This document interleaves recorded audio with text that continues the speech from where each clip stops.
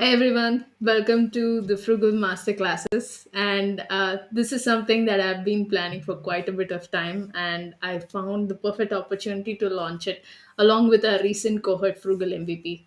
Frugal MVP is where you learn how to kickstart your project using no code and design and product principles quickly in like a period of 12 hours. And you have to hear from a lot of amazing people on how good this whole thought process can be. And one of the first ever person I want you to talk to is Karthik. Karthik is the founder of Flexible, along with two other co-founders, kickstarted this amazing business of helping people hire talent across the globe. So far, by just using a frugal no-code stack, and of course design and business product principles, they've been able to make up to $3 million as annual recurring revenue. That shows that even with a frugal mindset you can get going and launch your own business. So don't be afraid, don't be worried about is this possible or not. This is something, let's learn from the masters themselves. And if you have any questions for Karthik, put them down in the chat, we will take them one by one. Let's get started first, and I will pull Karthik onto stage. Hey Karthik, hi. Hey Madhuri, how are you? I'm good. Thank you so much for making the time and finally meeting No, you no, on stage. my pleasure, my pleasure, my pleasure. Awesome. So, love to learn about your story and how you've been there. And if you have anything you want to show and tell, would love to see that as well. Hmm. No, I think my story might be boring for people, so I actually just noted down a few things, in terms of the entire theme of what this was around frugal MVP and generally being frugal around building products. So, if you don't mind, I'll go with that, and like I'll just share my entire thought process on how I look at building products, how I look at startups, and why or how no code and products in general can play the way in growing companies. Yeah, does that make sense? Sure, Super. absolutely. I think that would be lovely to hear. So let's go for it then. So, firstly, I think when people think about products, they're basically building products for startups or startup ideas that they have, right? So, it's first important to understand what kind of startup you're building. So, largely, I believe that if you have to be very broad about it, there are two kinds of startups that you can really think of, and one is a tech-enabled startup, and another is a core tech startup, right? So what I mean by that is a core tech startup is where the product is the offering to the customer, right? So you have companies like Freshworks or Zoho, etc., where the product itself is the offering, and that's how companies interact with you, right? Like, and that's how they can. Now, a tech-enabled startup is one where you don't need a product to actually deliver your solution or your offering. The product is one that actually just scales your offering, right?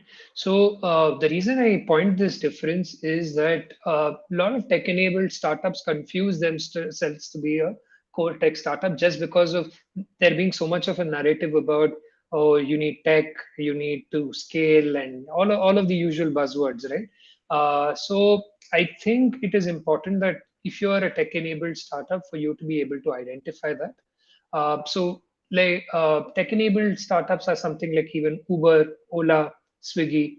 All of these are actually just tech-enabled. You can actually start delivering the solution using WhatsApp, Google Sheets, Airtable, all of these kinds of very simple products, and you can get going, right? So once one person is able to identify which kind of startup they're building, I think that's the very first step into identifying, being frugal about building a product. Next, I think there is just so much of talk around the kind of products because every day it's been a while since we've been seeing really high quality products, right? Like we see Uber, we see Swiggy, and we interact with them every single day. So we think the very first product that we make also needs to be of the same quality, right? And or it needs to look the same. So that's where, of course, the word MVP has an entire range of what it means. As a minimum viable product, everyone has their own definition of what an MVP is. Uh, Now, I just want to sort of put that in a bit of context in terms of how I think about it. It might be right, it might be wrong, but it helps me in being able to think of what an MVP is. I don't think of an MVP as a minimum viable product, but I think about it as a minimum viable prototype, right? So, in the sense that it doesn't necessarily have to be a product itself in the first place. So, it is anything that gets you closer to understanding what your customer might want, validate your entire presence in that particular market, validate your idea, and for you to be able to get more information to building a better nuanced product, right?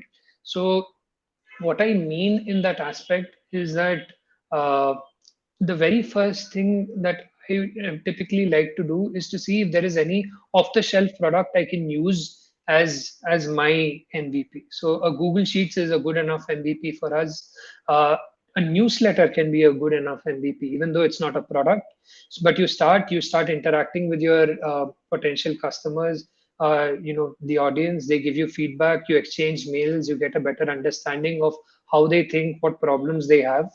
In fact, now that we're building a new startup or a community that we're building called build.co, I feel that our MVP for build.co was actually not a product, not a newsletter. It was actually my own Twitter account, right? So what were people enjoying with respect to my content? What were they not liking? What were their regular questions when they were engaging with me? Those are all the seeds of actually ensuring that I am building a product which actually people want, and I already have a certain proof of concept of what all they liked and what all already did well. So I think that's the second level. One, as I said initially, was understanding the kind of startup, and second, in understanding what a product is and what an MVP can actually be. You can really dumb it down to be something really super simple. Third is, the entire notion of scale, right? Because typically when we think of what products, a very constantly revisited topic is, can this product scale? I have, my dream is to have millions of users, and will this product be able to support it, and so on and so forth.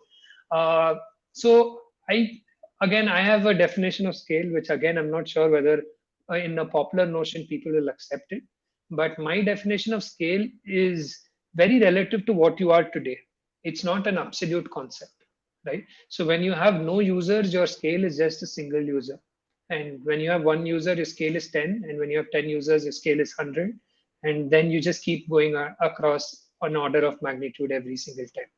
The point being is that if you a lot of times you try to predict the kind of bottlenecks that you're going to face, the kind of user interactions that you're going to have on your product, and in general the kind of problems your startup is going to solve, or even the kind of problems your startup is going to face internally, and you start building products accordingly, right?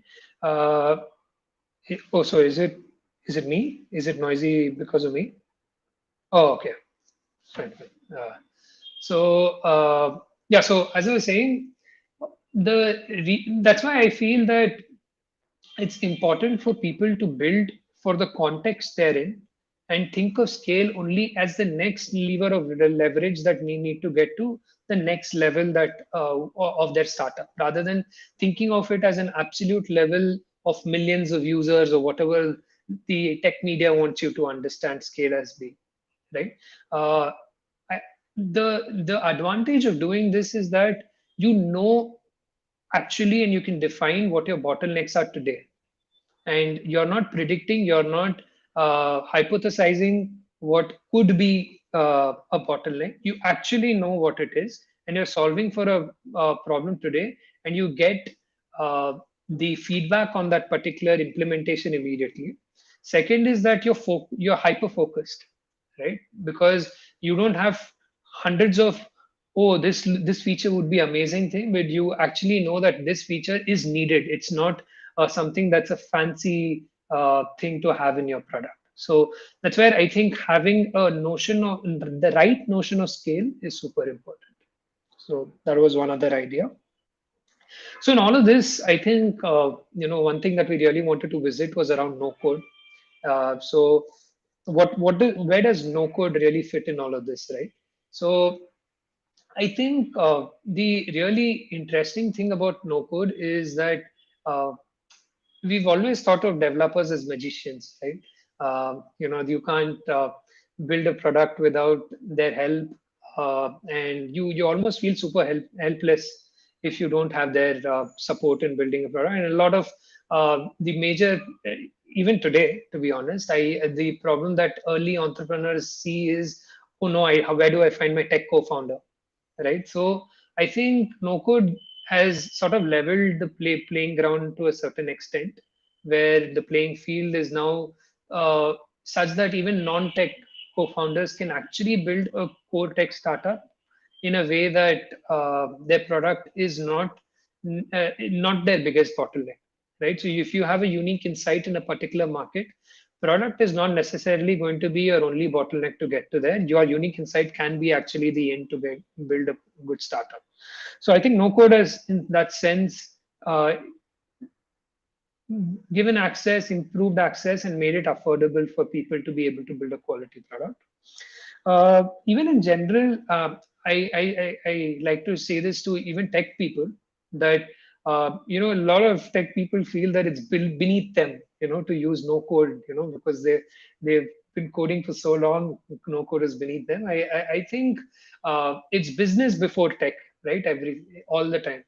So you're building a business, you're not building tech. Tech is supposed to be means to an end. So a lot of the times we sort of lose sight of what we are doing and why we are doing what we are doing, right? So in that sense, again, I think no code is really good because it pushes you to think business first, right? Because you're not naturally building tech for the heck of building it. You're building tech so that it can support your business. So I think it does that very well. Uh, Moreover, the entire aspect of now tech not being built by typically developers or tech focused people, but actually now business focused people, actually makes the product serve the business needs much better, right? Because if I have a certain understanding of what the product needs to do, now I don't have to translate it into tech speak and tell someone else. I can actually execute my own vision myself, right? So there is nothing lost in translation. And moreover, an add-on is the fact that now the the the the entire turnaround time in terms of how you need to actually make changes is much quicker, right? Because even if it's a single letter change that you have to make on a website, earlier it used to be that you mail someone, they say, okay, file a bug report, this and that, and now it's just okay, go click on a button, do it yourself, use backspace, use your own keyboard, right? So I think it sort of empowers people to a lot of extent. Uh, and especially now it's not only about founders but also let's say your marketing team, your sales team, etc. I think you no longer have uh, excuses anymore that sorry, I'm bottlenecked because of the tech team not being able to handle my requests, right? So no team has excuses anymore. You're empowered yourself. So solve your own problems, ensure that your problems are not being bottlenecked because of tech. It's only going to be solved. So some of these are the things that no code actually really enables businesses to focus on and use tech as a tool as it should be, rather than using tech as the fancy thing that you should be building, or the big bottleneck and the tough thing it used to be, as in like even maybe 5 to 6 years back. So some of the examples that I typically think of, like I think even the first marketing website that we made for Flexible 5 years back, I think, was purely made on code. We had an entire wireframe design made and so on and so forth. And it was a really elaborate process. And what happened as a consequence was we were so focused on the design and the color of the button and this and that, that the entire messaging on the page totally was off. And we never thought about it whatsoever, right? And what could have been possibly done in a couple of hours, it took us a month and a half. And at the end of it, we weren't super happy with what we got as a result. So I think, especially in the initial days of a startup, Flexible actually caters to developers and designers. So I'm not trying to say that they don't have a role. What I'm trying to say is there is a role that they have to play at the right stage in a startup. So in your early days of a startup, your core goal is not to make your design and your branding stand out the way Stripe's website is today, right? That if that's what you're trying to do, those are wrong goals, right? So your goals has to be able to have a website that is really neat, works clean, has super reliability, works across devices, but has really, and your focus is to have really streamlined messaging, right? That your customers are able to understand what you're offering in a really nailed down fashion. So that's your goal. So if you're focusing on anything else, you're not focusing on the right things, right? So I think that was a very important learning. And like for us, even today, Flexible's marketing website is actually hosted on something that costs us only $10 a month, right? So, and we make very quick content changes. Whatever we think is the right copy, we keep tweaking it, and there is very little turnaround time for all of that. So, I think that's super important. Even process automations as well. You think of something, you make a form, you use Airtable or whatever, and then you have Zapier, Integromat, and all these kinds of things to just make, like for example, we had uh, like in the last few months, hiring has been a really huge part of our growth, and what is a focus for us. So even in hiring now, if you have to set up an entire product or use an ATS, etc., it would have been a little bit of a problem. What we just did is a simple Airtable form, set up a few Airtable automations based on certain triggers. We would send a certain set of mails, and each of our applicants would get a reply from us whether we are actually moving them ahead or even rejecting them, right? So a lot of companies just don't reply back to their applicants if they're rejecting them, right? So it places your company in a good light. And it's really simple to do, so there is no reason. So what I'm was trying to get to with that is that HR, where you typically wouldn't think of no code and tech and so on, even those are places where you can use it to your advantage, because all these small things actually add up to what your company really wants to achieve in that space. Uh, Overall, to summarize, of course, we can talk a lot. I think if you start talking about bubble and so on and so forth, there's a lot to talk about in that area. But what I really want to say is, I think there's a mindset, because a lot of people reach out to me to understand. Okay, I see you write a lot about no code, so who's the developer I can hire for my for me to build a product? I think the first thing is the right mindset, which is to learn no code yourself, right? The entire point of no code was that you are able to build products yourself. So if you're again looking for a no code developer, you're again creating new problems, right? Like the existing problem was to find a tech developer, now you're finding a no code developer. So it's not really solving a problem for you. So don't be averse to learning. I think it will take time. Just because it's no code doesn't mean it's going to be extremely easy. There are tricky parts for it for you to understand. So I think be open to learning. Second is, I think, even for developers, as I said earlier, don't be ashamed in using no code. I think that mindset change is super important. Whatever needs to be done, you can be focusing on more intelligent problems for your company rather than very simple problems. So that's one more way to look at it. Even non-code, non-tech people, no-code is not always going to be able to solve all your problems. So I actually like that. I like that no-code imposes constraints, right? So you think if there can be a manual workflow that can be attached with all the automations, and see when that manual workflow becomes a bottleneck. So don't think that tech needs to solve 100% of your problems. So that's not the right approach, again, from a mindset perspective. And secondly, no code, we constantly use it along with low code. So, which is that don't think the no code is not going to need code at some points of time. There is going to be certain additions that you're going to have to do with code. But the beauty is that you can ask your friends for a bit of help in who know to code, and you can get your work done in that fashion rather than being totally dependent on them.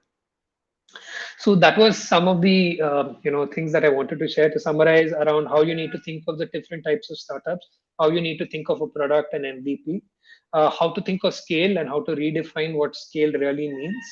How does no code fit in all of this, and that it allows you to focus on business, makes it easier for you to make quicker changes, gives the business people empowers them to be able to make changes themselves, and entirely around how you need to change your mindset around the fact that even if you're building through no code, there are certain things you need to keep in mind.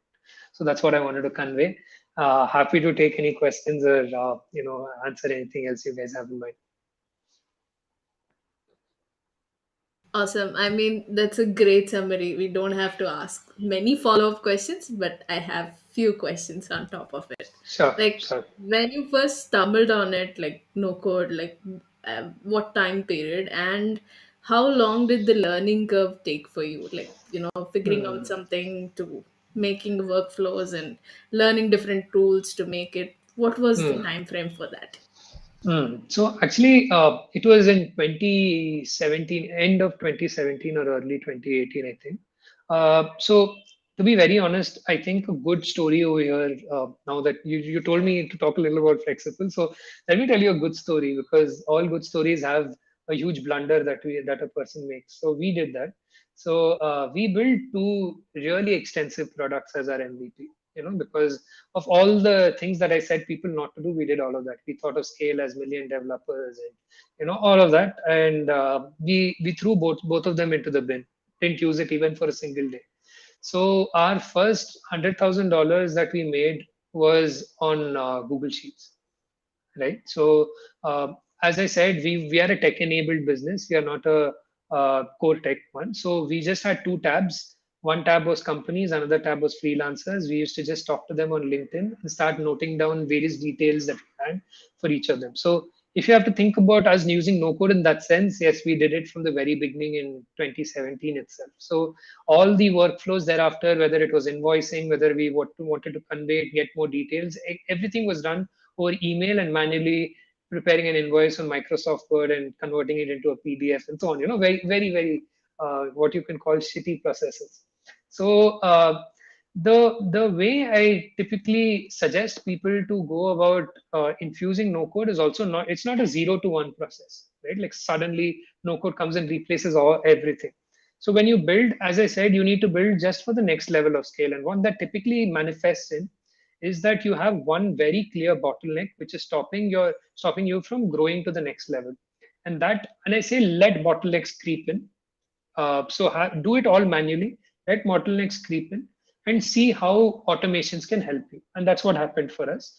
So we were just interacting with so many different people that manually taking down information from them one on one was not easy. So we just opened up an Airtable form. So that was my first, entry into typical, very popular no-code tools world. So Airtable was the first one. When we saw Airtable, we recognized that now we can now start using various different triggers that Airtable has, right? And use Zapier to trigger various automated mails which we were sending manually to them, whether what their next steps would be, if they've been rejected, if they've been selected, what could they do next, book a slot on our calendars. So when we started doing that, we used to manually coordinate. We added a Calendly link. So now if a calendar slot gets booked, then engage Calendly with back to Airtable so that we get the slot that has been booked. So very small one-on-one change. So I think if you think of it in that fashion, it's easier because you're not trying to make a quantum leap there, right? You're just trying to automate one thing after the other. So even you're not trying to understand the whole of Airtable in a single day. You're just trying to understand the part of Airtable that is going to solve your problem today. So it was easier for me to digest it.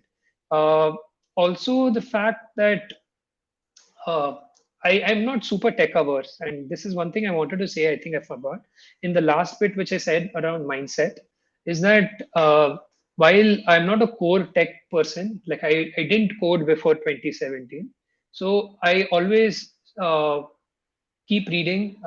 So very developers don't accept HTML, CSS as code at all, but I started from there. So I learned that I picked things up.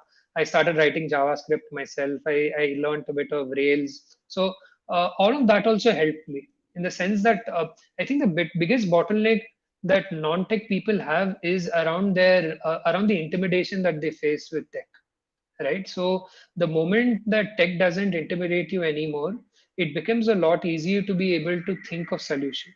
Half of it is lost because you think it's too difficult, right? So the moment I could I knew that, okay, worst case scenario, I can write small scripts around it to be able to get what I want to. It was easier for me to say, okay, fine, I can always default to that. So I think that some of those things helped me. So that's how I learn. I think largely it's been one tool after the other. I didn't learn the entire no code ecosystem. It was very small steps, and with everything, it was a small step. So I think as well that everyone, when they see no code, they shouldn't say, okay, no code, what's the best tool out there? Bubble. So let me start doing something on Bubble, right? So it can start from Airtable. Very simple. Start with a form. Start with Zapier, Integromat, get your automations right. So even after Airtable, I actually didn't ship to Bubble. I had a Webflow interface, and the Webflow interface used to interact with Airtable. But we recognized that it was getting a little complex for me to handle because there were a lot of edge cases, and as you can imagine, you have a lot of different tools in the mix, right? You have Webflow, you have Integromat or Zapier, and then you have Airtable. So there are certain problems that come because of the handoffs, right? Because so many products are interacting with each other. So then we shifted to Bubble, but this was almost 2.5, 3 years later. So use your no code journey also in that fashion. Don't try to accelerate things just because a lot of other people are doing it in the same fashion. So I think overall, what I've tried to say even earlier was try to push away as much of the popular narrative as possible. Try to find your own answers, right? So there is no one true Bible out there which can tell you all the answers that you are looking for. Did I answer your question? I don't know if I missed some part. You did. Like it actually made a lot of sense. Yeah. Because many people's journey is similar. When I hear outliers, like I started with Bubble directly, it is very hard for me to relate because I didn't start there. I started with Yeah. Card, I started with Airtable, I started with Yeah. Notion, those kind Right. of stuff, right? Yeah, So yeah, yeah, made my exactly. life simpler instead of thinking Mm. huge chunks and then doing Yeah, this. yeah, yeah, yeah, yeah, exactly, exactly. Yeah. Kati's here. Hey, Kati. Hi. Hey, Karthi. Hi, Karthik. It was so good to listen to your story because that's Thank you. exactly what I went through. On the contrary, I am a techie who Oh, is became a it? designer.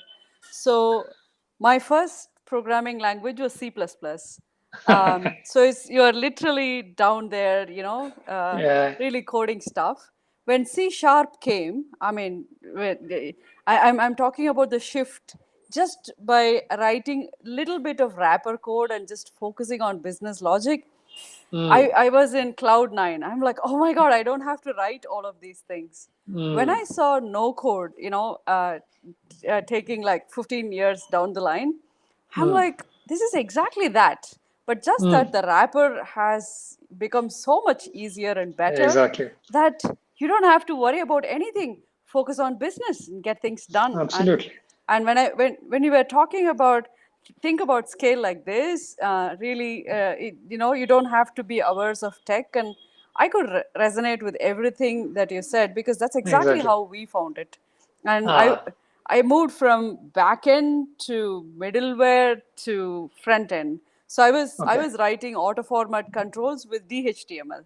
So Okay. that's how I fell in love with the human computer interaction. So it's a journey by itself. And I was thoroughly enjoying when you were saying how you focused on business step after step and Yeah. incrementally going forward. This is fabulous. Thanks, Karthi. I think Thanks, Karthi.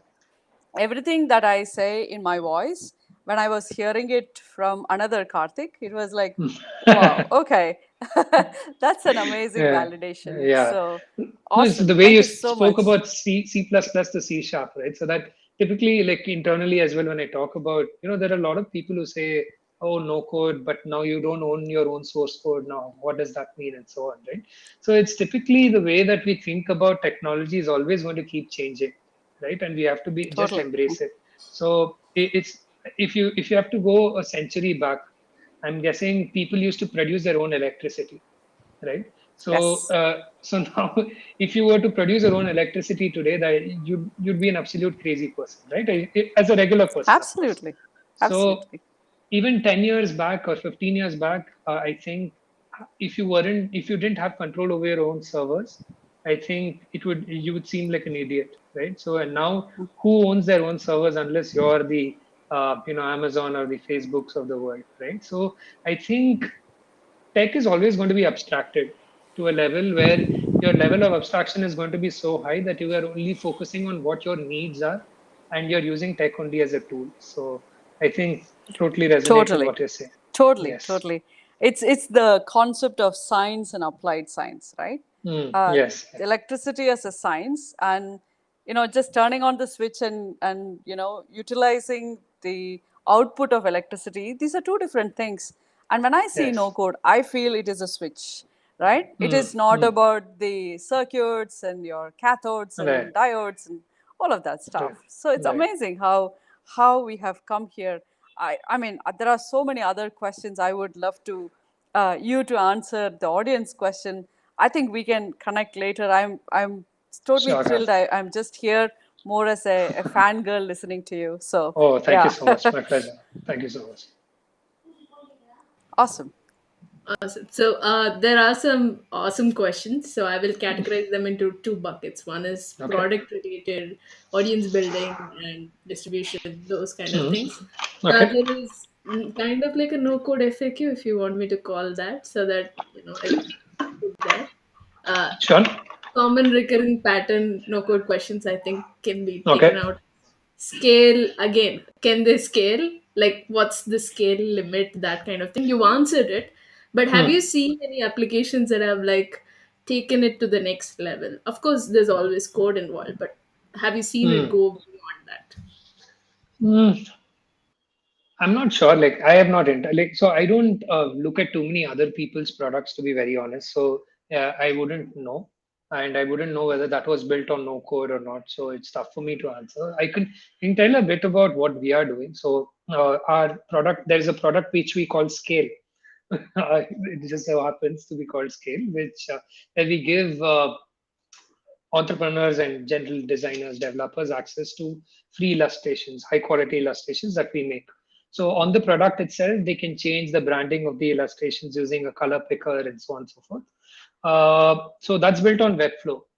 Of course, we used code so that some of these interactions are possible, but we had a certain point of time when we got 150,000 visits within 12 hours, and it worked perfectly, right? Of course, they're just visits. They are not like actual interactions in terms of them writing something into the database or reading back from it. So that's there, yes, but still, I think the same can be extended to Bubble. Now we basically have a database of about 25-30,000 freelancers, right? And for flexible. So our internal team uses it to fetch different data that they need to be able to do stuff. So as you know, as you introduced us in the beginning, we are doing about 3 million in revenue today, right? And that's growing. I don't see Bubble being a bottleneck in that. So I don't know what scale is. As I said, I think scale is very relative. So if people think making $3 million is not bad, then I think yes, I don't see it being a problem in the near future. So I don't think people need to really worry about it too much. Of course, there might be certain applications like if you want to make a social network, etc. So I don't know how it might perform over there, but I still would say that that's not going to be a biggest problem in the first year of your company, right? So possibly don't think about that. Your biggest problem is going to be business, right? Are you able to get people on your social network? Are they going to be able to engage on it? What are the kind of people you want on it? What are the kind of engagements you want on top of it, right? So those are the kinds of problems that you need to be solving. So because let's be honest, you're not going to make better technology than Instagram or Facebook, right? So that's not going to be your goal in the first year. When I say not going to make better than them, at least in the first year. So your in that space has to be differentiation on the basis of what your offering is, not based on what your tech is. So I think don't think about scale in the first year of your business, right? So try to just get your offering right. So I regularly repeat this internally. So I'll say this here as well. So whenever you think of building a startup, Your startup needs to solve the right solution, bring the right solution for a particular problem of your customer, right? Then use your tech to scale it, right? If you are not bringing the right solution for the problem that your customer is facing, scale has no meaning anywhere, right? So you're going to be scaling a wrong solution. So till you get the right solution, don't even focus on scale. Just get your nail that bit down. So I think no code etc. makes you focus on business, as I was saying in the beginning. So yeah, so scale is not a problem for I mean, the number of times I've heard that from Karthi is like just same blood types in my, the same. me. And we also say repeat the same thing to everybody who comes to all our product design and no code Okay, classes, the same, right. because this is a very common question because it's so tech Hmm. oriented, right, the conversation. Yeah. No, it's tech oriented actually because that's how the entire media makes you phrase it, right? Because when someone introduces a new startup idea to you, how do they say it, right?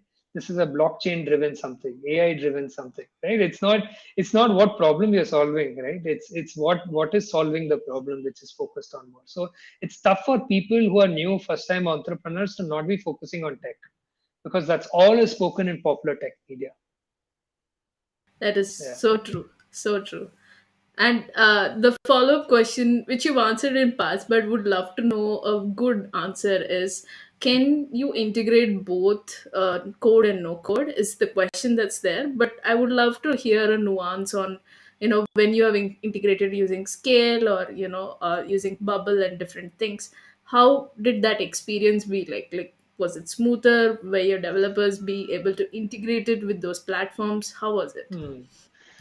So there are two things over here, right? Like where code is actually just doing small things on top of your no code tools. So as I was saying in Scale, basically where the Scale platform that I was talking about, the place where code was used is where I was saying you have a color picker and which changes the colors across all illustrations.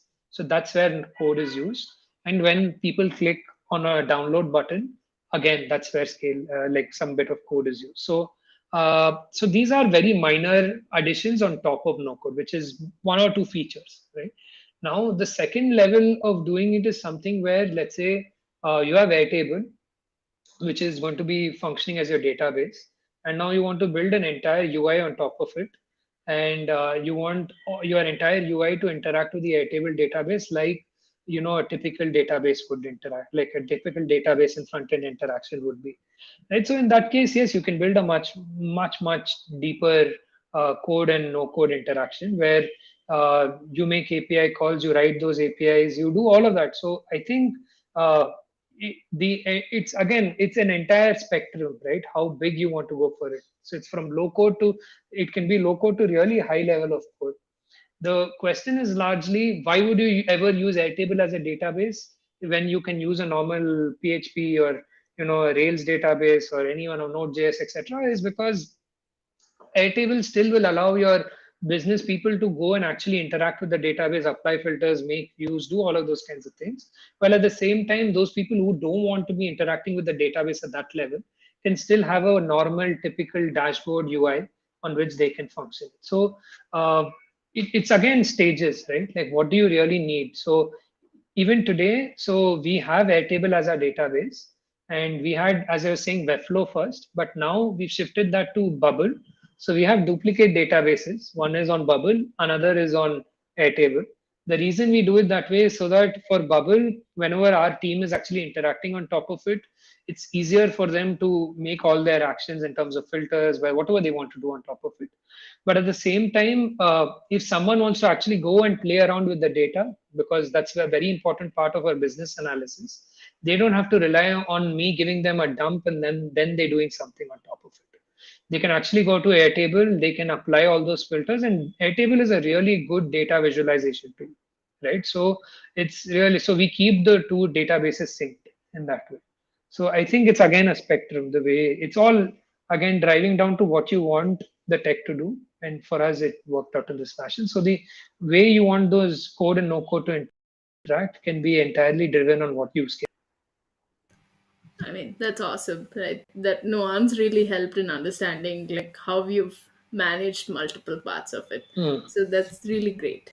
Sure. The obvious question another person would love to know is how quickly you've actually made something using no code. So is there something that you've done something super quick? Yeah, absolutely. Like happens all the time. So, uh, I've like so for example, our marketing pages, no marketing page takes me more than half an hour to 45 minutes, right? It's the nuance or the time that it takes me is more around the messaging where I keep iterating, right? Like where I feel my copy is really bad, I keep improving that.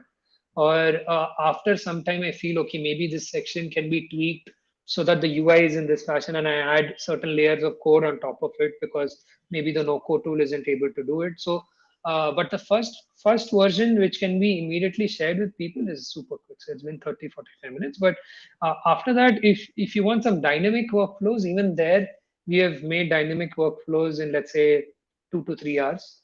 So something like so earlier, as I was saying, we used to send mails to freelancers and get their interest on whether they want to be talking about a certain project with us over mail.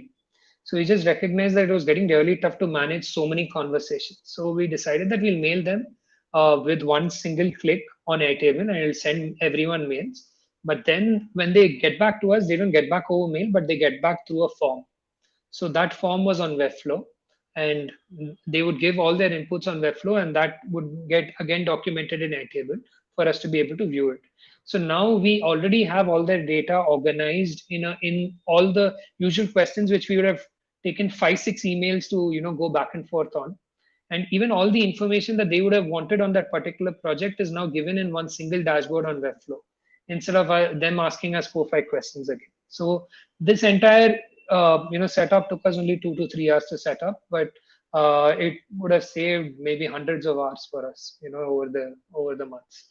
So yeah, it's super quick. As I said, it comes with constraints, but I like constraints, right? So it's good because when we first made the process, we didn't know what are the bottlenecks we would face. So it was good to quickly have something out there, and then we started tweaking things on top of it to say, okay, this is an edge case that isn't covered, so on and so Awesome. Yeah. I mean, I can totally relate to that. The number of time saved in just doing those rote manual tasks, it's amazing, right? It's forth. just connecting few things, just making sure it iteratively we kind of do it. Hmm. Iterations remind me, like, one common thing that we have to keep checking if this is working or not, right? Or Hmm. the choices that we have made in the no code tools. Hmm. So is there some rule of thumb that you have that these choices can be reduced, or iterations can be better productively? Iteration in the sense the right choice of product, or after you've built a certain feature, whether it's working properly or not. Like, what do you mean? Which So one of the one two? is the process, how we iterate and we make sure the outcome is better. Two is Hmm. the selection of the tool so that we have Ah. actually made the right choice. Hmm. So typically more time goes away in the second one, and in the Hmm. first one we are clear with the process. Like we know that this has to be like so the business logic is super clear. But how do Hmm. we reduce time during this tool platform choice iteration? Right. It's tough. I spent a lot of time in choosing the right tools as well, and in hindsight, I felt maybe the tool choice was wrong and all of that. That happens. I think it to a certain extent. It's not the tool choice wasn't wrong. Our needs evolve, right? So I think it is tough for you to always nail everything at the word go, and if you sort of expect that to happen, it's anyway not a very realistic expectation, right? So over a period of time, a tool serves you maybe for a year, and then you realize, oh, now it's no longer serving the evolution of your startup that it's become. But certain tools also, you feel that it's not serving your use case 3 months into it, and it might be various different things because the evolution at your end at the startup might have happened a lot quicker. You've got much more nuanced understanding. So that I don't think it's true only with no code, but I think that's true with any business decision, right? I say, like, I make wrong decisions every day, but it's not wrong that day. It's possibly wrong in the future, but it was right that day because I made it based on logic and all the data I had on that particular day, right? So I think it's fine. I would rather be be action oriented and not be indecisive. So yeah, so typically what I try to do is I try to keep a time period where I have to make a decision. So the way I go about it is actually make small proof of concepts on everything as quick as possible. See what kind of community support each one of them has, because I know I'm going to indefinitely get stuck in some place or the other. I need someone to bail me out. So I need to know that someone is going to be there to listen to me, and it's not going to be me shouting in an empty room, right? So that's the part which I try to look at more. So customer support, the community support, etc., is what I try to focus on. And then I try in every one of them, I try to make a very small business case, very small workflow, and see how well it is. But it takes time, so keep it packed, make a decision, and move on. Or else you can always it's always easy to find an alternative and start playing with that as well.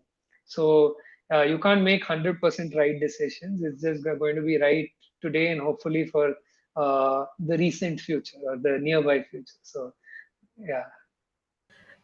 I think that's perfect answer for most of the questions on iterations or making choices. Okay, Right? I'm doing well. I'm doing well. Yeah, right. So we make choices only on what we have at hand, and that's obvious choices. Yeah, But then again, you're right. Sometimes you feel, okay, this was a waste of time. So yeah, of yeah. It course, happens all the do time. that. Yeah. And as I So was saying, it's not only with I no have code though. a No, sorry, I sorry. have a Please go very ahead. different type of a question where do you have any frameworks that you use, irrespective of the decisions that you're making, the stacks that you're choosing, the iterations, the POCs? Is there any way, a thinking aid, a framework that you have which helps you to make these decisions so that your probability of success is higher? I mean, I I understand that we don't have everything, but how do we increase the probability of success? Is there any thoughts in that direction? Hmm. I think the biggest hit that people take in terms of their success chances is the fact that they try to scale too early, right? And I know I'm repeating myself here, but I'm repeating that because startups are all about focus, right? Especially early on, because uh, you yourself don't know what the problems are. It would have been an ideal world where you know what the problems are at least, and your customers immediately understand that you're the best solution for them, right? Neither of the two are true. So in that context, to build something what you think is revolutionary for something 5 years, and it's biggest problem is that we have the, I wouldn't say wrong idols, but wrong idols for our context. We think of, when we think of building a product, we think of Steve Jobs, right? Because we are visionaries.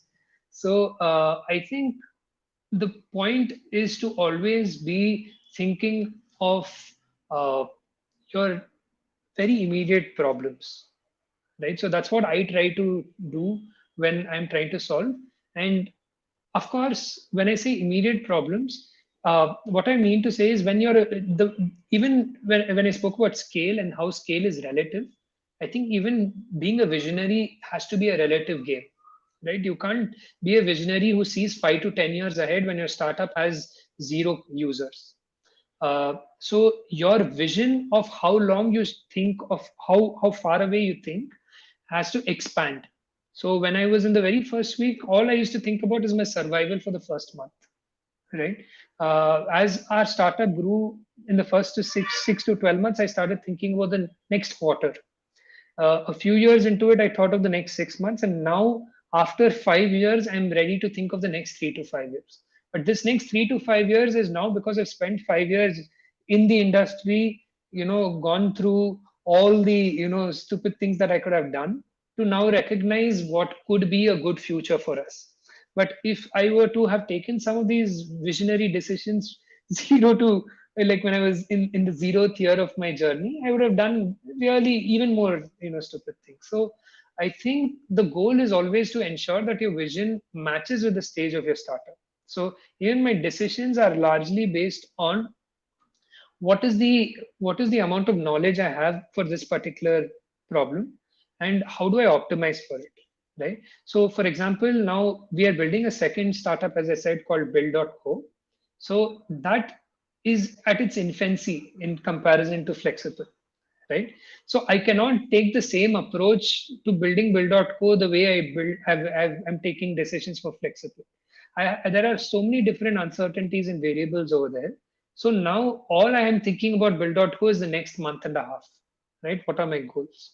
Of course, now a bit of nuance because it's my second startup. I sort of can predict some of the things that I might face. So I'm able to say, okay, this is the mistake that I made before. So maybe in 6 months of time, I'm not stating that this is how the product should be built, but my mindset in terms of business should be such that I'm not aimlessly optimizing for metrics that don't matter.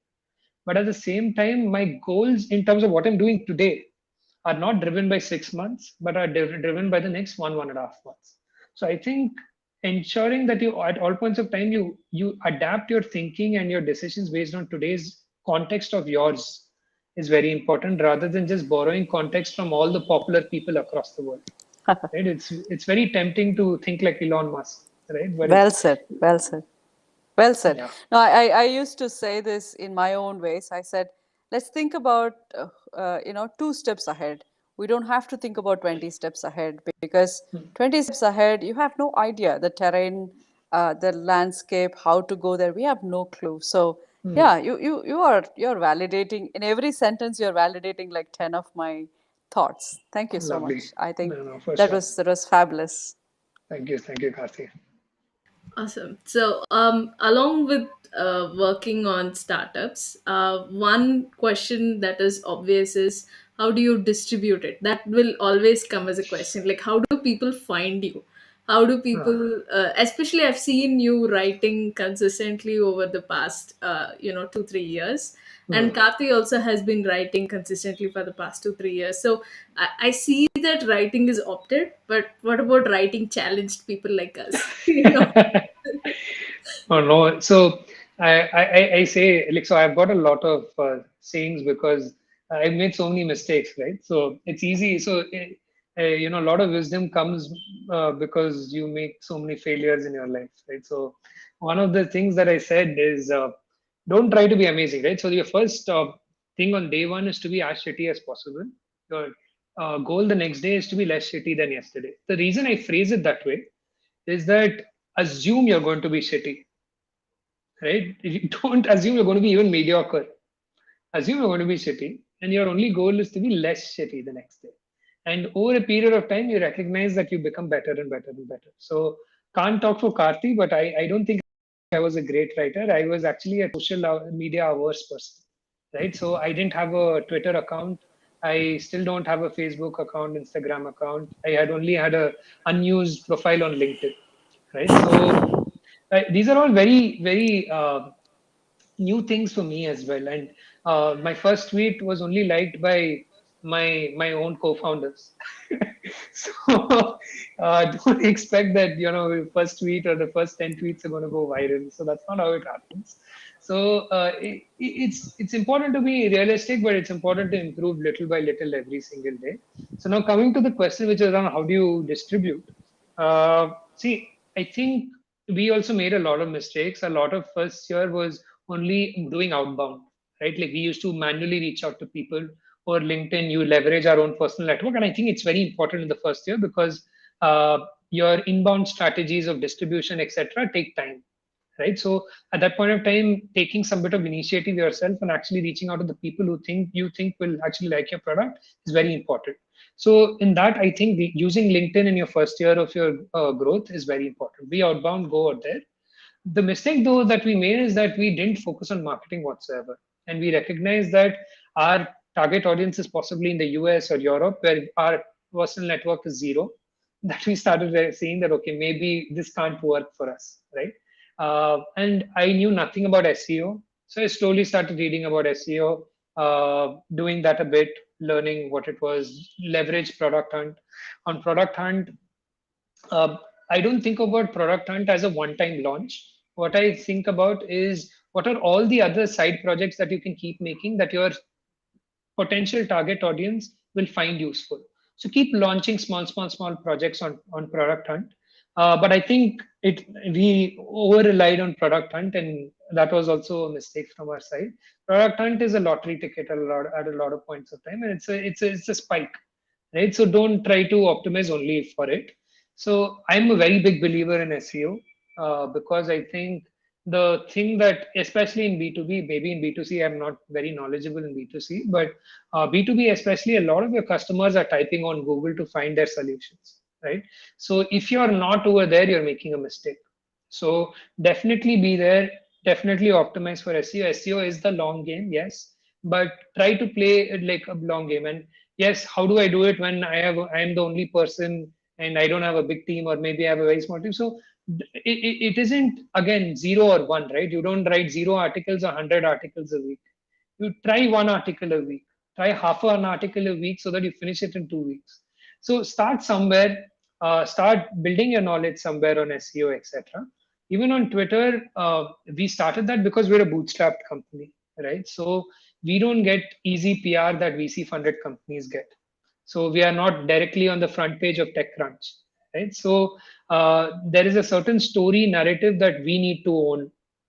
And my perspective was, as I said, I wasn't there on social media at all. So how do I even break this? Because that's not how I think about my life. I don't want to go on Twitter every single day. So how do I go?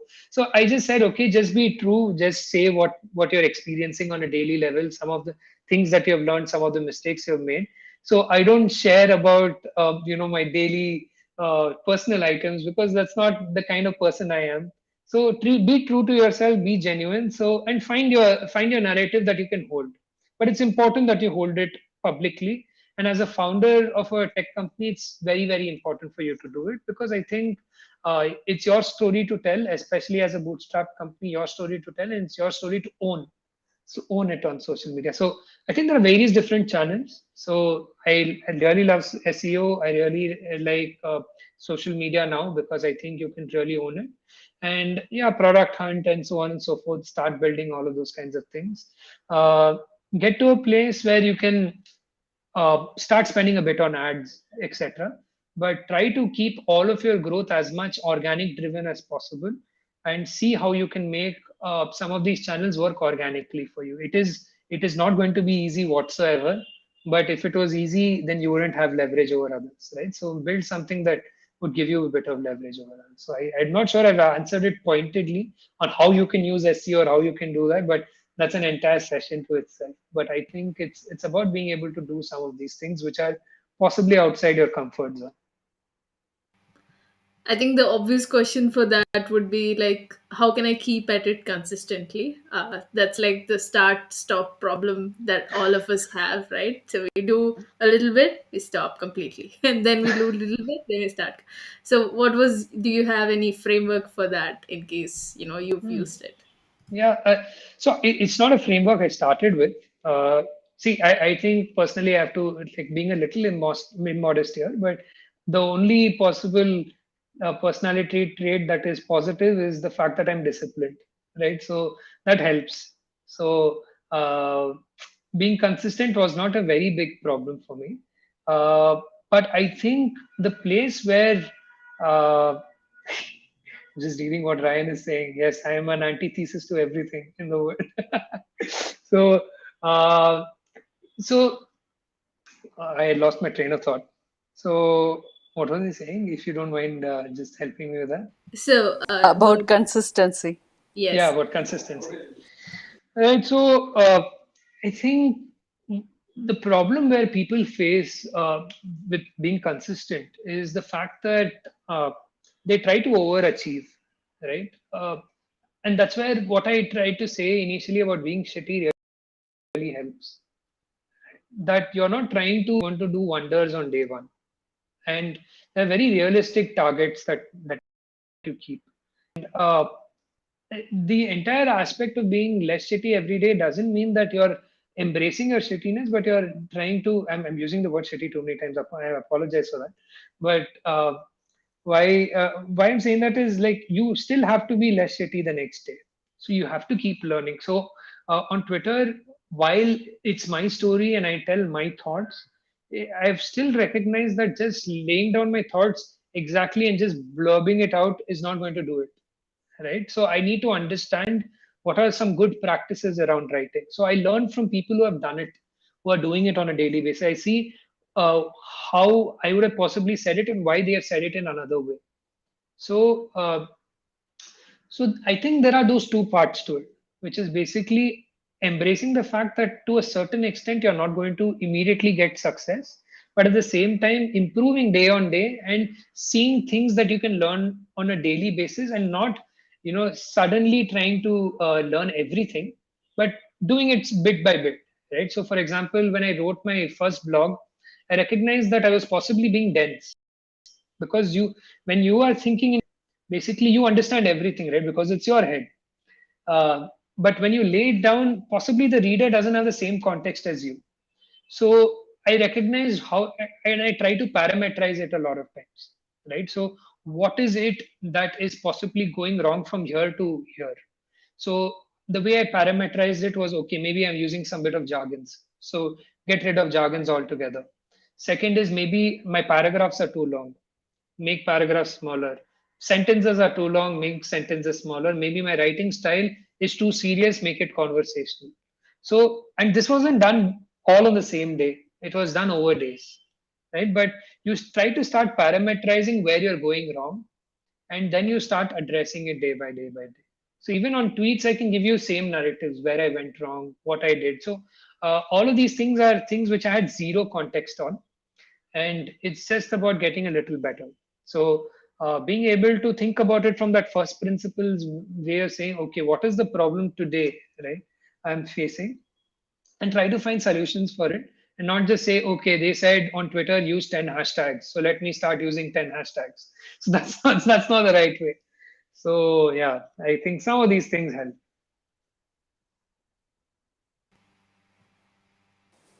I see that we are on the hour, and there are a ton of questions. Probably we will ask you, and you can just give the answers in Twitter or something like that. Sure, That sure, would sure. be I know I've super, been super a helpful. little No, long no, with all my answers. no, no, no. We totally, totally loved it. I mean, you can read it on your side, right? I mean, the session is a powerhouse. Hereafter, if I go to any no code session, I'm going to ask everybody that okay, please listen to this and then come, right? So that I don't have to set the context and waste their time. So this is Thanks, Karthik. awesome. Thank you so much, Karthik, for Thank doing you so this much, with Ravi. us. And My pleasure. I think you are an inspiration for a lot of business focused, design and product focused thinkers, rather than focused completely on the what you called it as an enabler. A tool is an enabler. Hmm. It's more like the business is the master and tool is slave. I mean, I don't want to put it that way, but it is real that way. Hmm.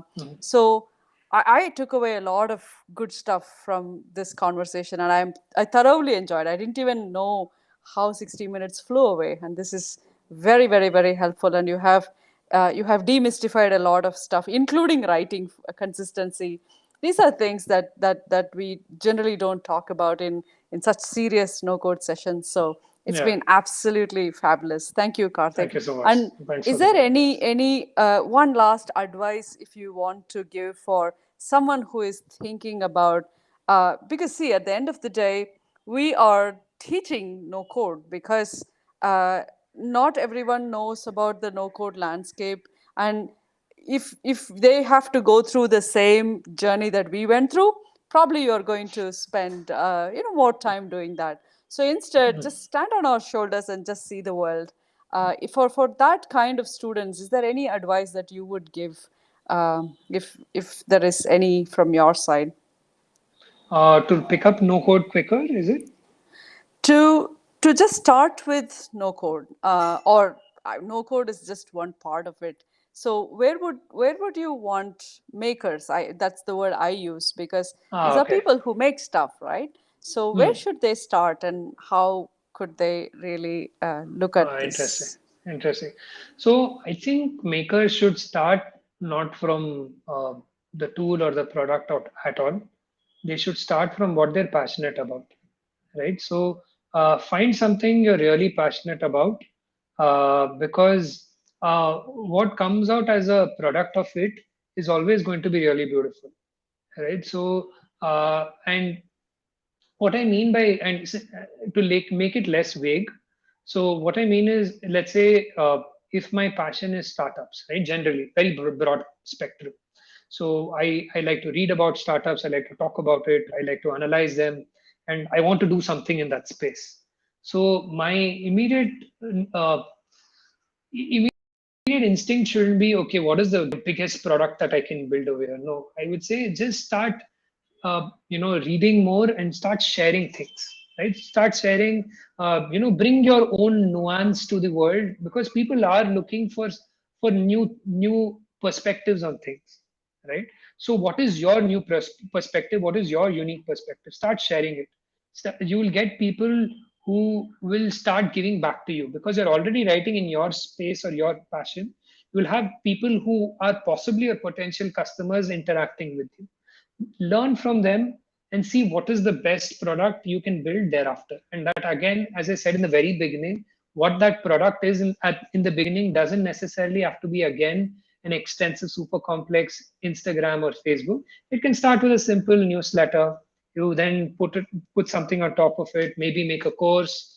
If not a course, you start building, okay, I've identified that idea validation is very tough for people, so I'm going to build something around that.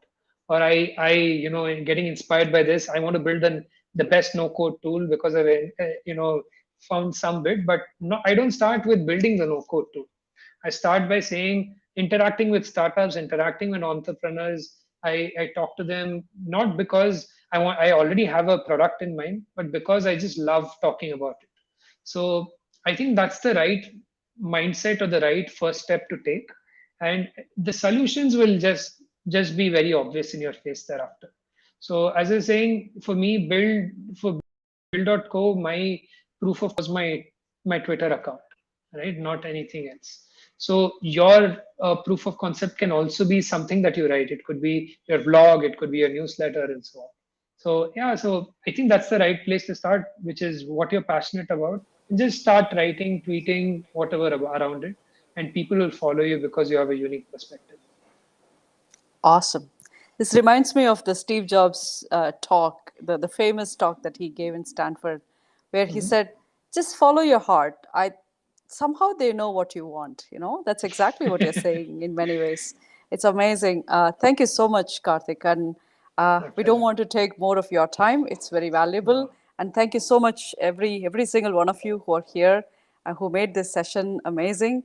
I think it's going to be an evergreen, timeless session that's going to be available in YouTube for our audience in the no code space. And thank you so much from our side, my from Team pleasure. Xperian. Thanks, Madhuri, for bringing Karthik here and making us listen to him. This is awesome. So yeah, this has been a great evening. What a Thank, lovely way to end your Friday. thank you so much. Thank you Awesome. so much for having me. Thank Cheers, you. guys. Take care. Bye Thank you. bye. Bye bye.